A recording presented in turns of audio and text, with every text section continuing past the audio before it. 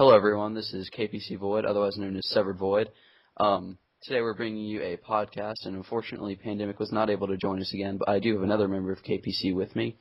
So I'll let them introduce themselves and tell you a little bit about themselves. So take it away. Hey guys, Redemption here. We're going to be giving you a Halo 4 podcast today, and I'm pretty excited about it. This is actually my second commentary, and it's going to be great. Hello, I'm KPC Kabuki Drop, and this is my first time, I believe, and I like the smell of Japanese cherry blossom. So as we start off with that comment, I guess we'll just begin talking about all the stuff that we have seen so far in Halo 4. What do you guys think of the custom loadouts? I think it's pretty cool, actually. A lot of people are saying it's taking a lot of stuff away from Call of Duty, but I think it's a new innovation, and it'll work out really well. I agree with that. I think it'll be pretty cool. I think the map design has a lot to do with it, and I think the way that they've designed the maps this time, I think it'll work out well.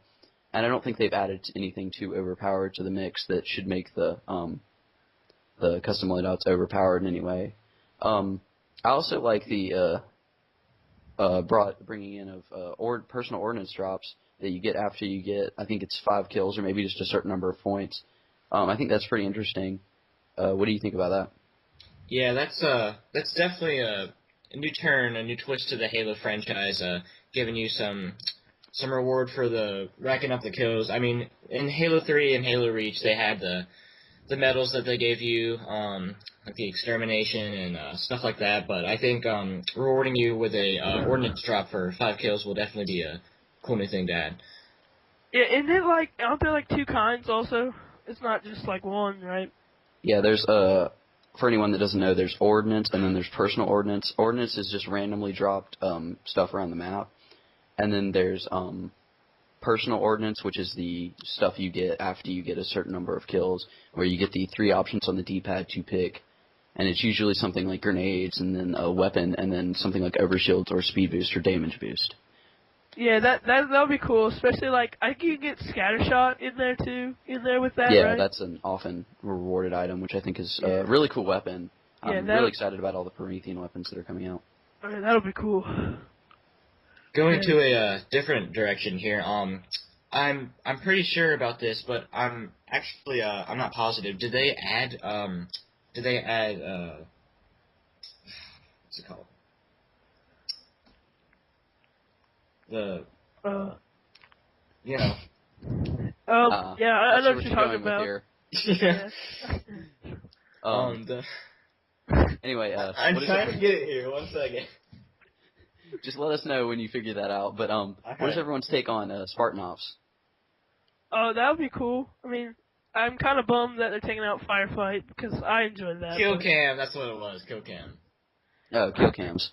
All right, kill cams. That's another thing that some people say they've taken from the Call of Duty series, which is very possible because it is very prevalent in that series.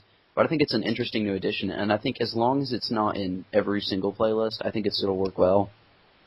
Yeah, it's just I've always felt that in Halo there's some type of like missing void there, if you will. When like you couldn't see maybe the camping setup the person had when they killed you in the kill cam, or how that they maybe got an awesome kill on you, but I think it'll actually be pretty cool. I also think that'll stop camping as well. I think that like the fact that they have the kill cams now will prevent people from just sitting in the corner with a sword or something, because they know that person has watched that and now knows exactly where they are. So I think that'll help out with speeding up gameplay a little bit. Yeah. They also need to add kill cams to the Call of Duties on the Wii. That would make it a lot easier. Yes, let's go to the Wii topic, of course. Just looking at that a little bit here, does anyone have any details on the Wii U? Because I heard that was coming out, and I'm kind of interested in that.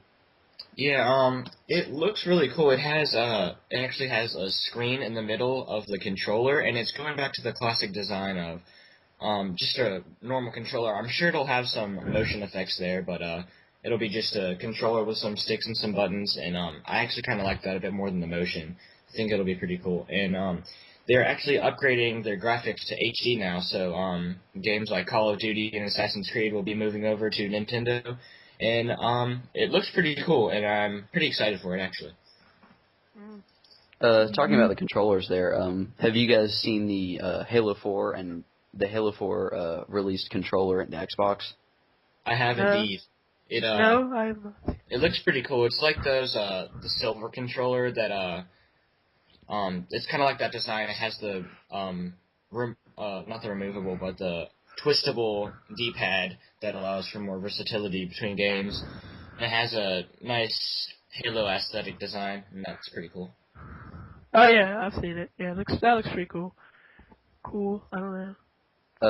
Got nice I was looking designs. at the sounds recently, and I saw that they changed the sounds of it to if anyone here has seen the Halo Reach limited edition Xbox, there were different sounds with turning on and opening the disc tray and such, and I think that's an interesting thing that they're doing with it. They're adding new sounds to the disc tray opening and the turning on of the Xbox in general, and I think that'll just make you feel like you're a little bit more part of the Halo universe when you turn on your Xbox. Yeah, it's definitely a cool feature. If I'm correct, I think it makes some sort of AI noise. It does some sort of power on and power off noises when you turn it on and open the disc, and I think that's cool. But for the design on the console and that stuff, I don't really think it's $400 worthy. I mean, that's just my opinion. But I know I'm not spending $400 to make cool sounds when I turn on my Xbox, but you know, it's my opinion. I think it's kind of a limited edition thing, just because like if you're getting everything else that's to do with Halo 4, well then that's just one more thing that you could buy. Also, yeah, I wanted your that's understandable. your opinions on the Forward on to Dawn episode series. If you guys have watched any of that, what you guys think?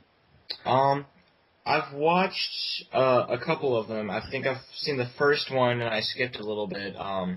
But they're pretty cool. I think it's a nice addition to it, and it gives you a little bit more insight into the Halo universe. I actually have not seen them, so I don't know. I bet they're pretty cool. I was watching the latest one, which is episode 4 that just came out recently. If this is up to date when you're watching this, and I think the design they did with the elites and their sword, because at one point it shows the elite at very close quarters with his energy sword out, and I'm very impressed by what they did with that. I'm not sure how they would be able to do that. I guess it's just some special effects magic, but it really looks very cool. It looks almost like there's like a vacuum around the sword. It's so just like shooting off lightning and stuff. It's really cool to watch. Yeah. Very cool. Very cool. Definitely check that out. Check it out. What do you guys think of the? Could we drop you want to shut up there? Just kidding. What do you guys think of the binary rifle and incineration cannons? Because I've heard from several people that have already played the game, from different reviewers and stuff, that they say that the weapons almost seem like another class of power weapons, that they're so powerful they almost seem they're not sure how they can fit them into competitive play in any way because they're so overpowered. I don't know. I'm going to have to ask you to repeat that question, Void, because your mic's going a bit faint there. I'm sorry, is it working out now? Yep, pretty good. All right. I was saying that the binary rifle and the incineration cannon are, by some people, considered a new class of power weapon. And I was wondering what your guys' thoughts on that were, that if do you think they were able to be used in competitive play if they're so powerful? Because if you don't know, the binary rifle is a one-shot kill to any part of your body, and the incineration cannon not only has an explosive, one explosive, after it hits the ground, it shoots off several more explosives in the area around it. Yeah, I think they should. I personally don't think they should include it in competitive play like that, because with it being so powerful, I mean, you have the sniper rifle, and that's 2 shots to a part of the body and a 1-shot headshot. So I think that power weapons like that, it's just the binary rifle and the incendiary cannon just seem so powerful that they shouldn't be included in competitive play. Yeah, I think it'll be unfair for everyone that doesn't have it, but for the guy who picks it up, it's going to be a lot of fun carrying that around.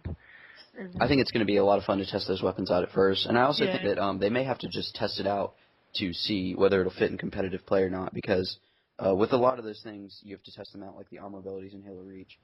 You had no idea that they really just wouldn't work in competitive play until you test them out, and that might have just been due to map design. but the those weapons might just have to be tested out, and they might have to, if they are used, be used very sparingly. So it's more of a fight to get to them instead of just everyone having one at spawn. Yeah, that's definitely something to take into consideration.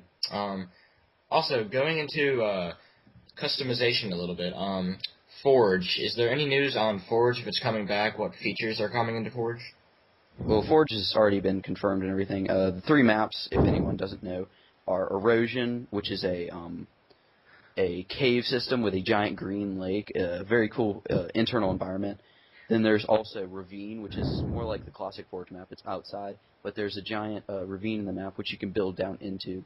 There's also the coolest map, in my opinion, is Impact, which is taking space on 2 different asteroids, one which has a pre-built facility, and another one that's completely empty that you can build between them and stuff. And I think that's a really cool environment to use.